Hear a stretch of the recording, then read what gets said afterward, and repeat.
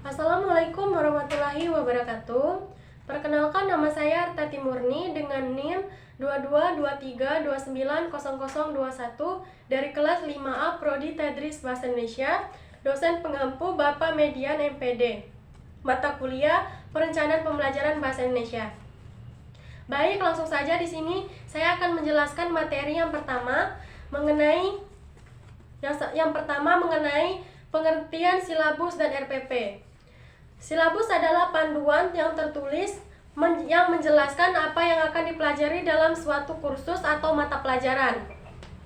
Ini mencakup tujuan, materi, metode pembelajaran, dan cara penilaian, sehingga membantu siswa dan pengajar memahami rencana dan fokus pembelajaran yang lebih baik. Sedangkan RPP ini ialah dokumen yang digunakan oleh guru untuk merencanakan proses pembelajaran di kelas.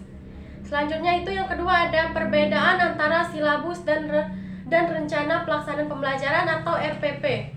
Adalah dua dokumen penting dalam pendidikan, namun memiliki perbedaan yang sangat jelas. Yang pertama itu ada silabus. Silabus ini merupakan dokumen yang menggambarkan garis besar materi pembelajaran, yang menyediakan informasi tentang tujuan pembelajaran, kompetisi dasar, dan topik yang akan dibahas. Ini lebih bersifat umum dan tidak detail dalam penjabaran metode atau penjabaran kegiatan. Selanjutnya ada RPP. RPP ini merupakan dokumen yang lebih spesifik yang menjabarkan rencana pelaksanaan pembelajaran untuk satu atau beberapa pertemuan, yang menyertakan tujuan pembelajaran, langkah-langkah, kegiatan, metode, media, dan penilaian yang dirancang untuk membantu guru dalam melaksanakan pembelajaran secara terstruktur. Selanjutnya ada yang ketiga, yaitu apa itu Prota dan Promes. Yang pertama itu ada Prota atau program tahunan. Ini merupakan rencana pendidikan yang mencakup seluruh kegiatan pembelajaran selama 1 tahun ajaran. Prota ini mencakup tujuan pembelajaran, materi, alokasi waktu untuk setiap mata pelajaran. Selanjutnya yang kedua ada Promes atau program semester. Ini ialah rencana yang lebih rinci untuk 1 semester. Promes menyusun program yang ada di Prota dengan pembagian waktu dan strategi pembelajaran yang lebih spesifik termasuk penilaian. Selanjutnya ada yang keempat, tujuan pembuatan. Prota dan Promes di sekolah adalah untuk menciptakan rencana pembelajaran yang struktur dan sistematis, antara lain sebagai berikut. Yang pertama, Prota dan Promes membantu guru mengatur materi dan kegiatan belajar secara jelas. Selanjutnya yang kedua ada dengan adanya Prota dan Promes, pembelajaran menjadi lebih terarah dan berkesinambungan dari tahun ke tahun atau dari satu semester ke semester lainnya. Yang ketiga ada kedua dokumen ini memastikan bahwa semua tujuan kurikulum dapat tercapai sehingga siswa mendapatkan pengetahuan dan keterampilan yang dibutuhkan. Selanjutnya ada Prota dan Promes ini memudahkan guru dalam melakukan evaluasi karena sudah ada rencana yang jelas mengenai materi dan metode yang digunakan. Terakhir yang kelima ada dengan rencana yang matang, guru dapat mengelola waktu pembelajaran dengan lebih efisien, memastikan bahwa tidak ada materi yang terlewatkan. Selanjutnya ada yang kelima, tujuan perencanaan pembelajaran dari pengembangan moral dan karakter.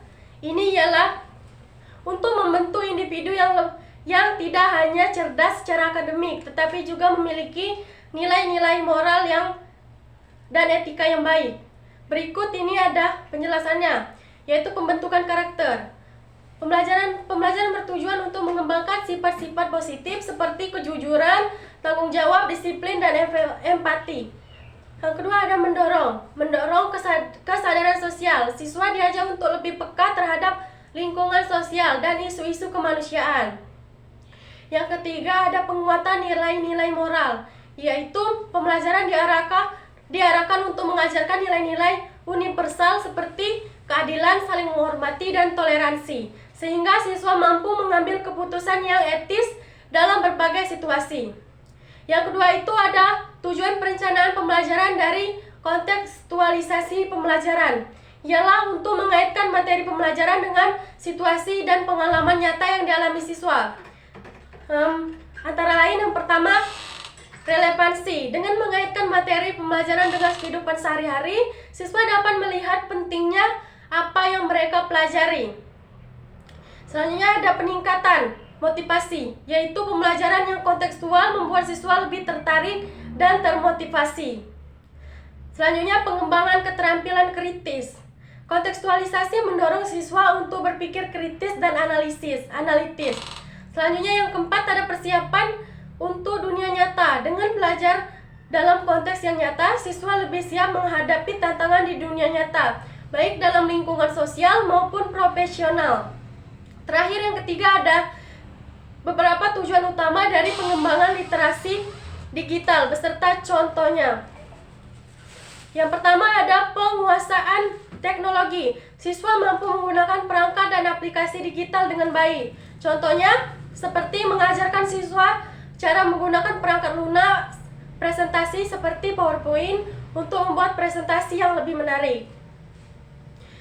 Selanjutnya ada kemampuan menganalisis informasi. Siswa dapat menilai kredibilitas sumber informasi dan memahami konteksnya. Contohnya seperti siswa diminta untuk mencari informasi tentang suatu topik dari berbagai sumber dan mendiskusikannya mana yang lebih kredibel dan mengapa.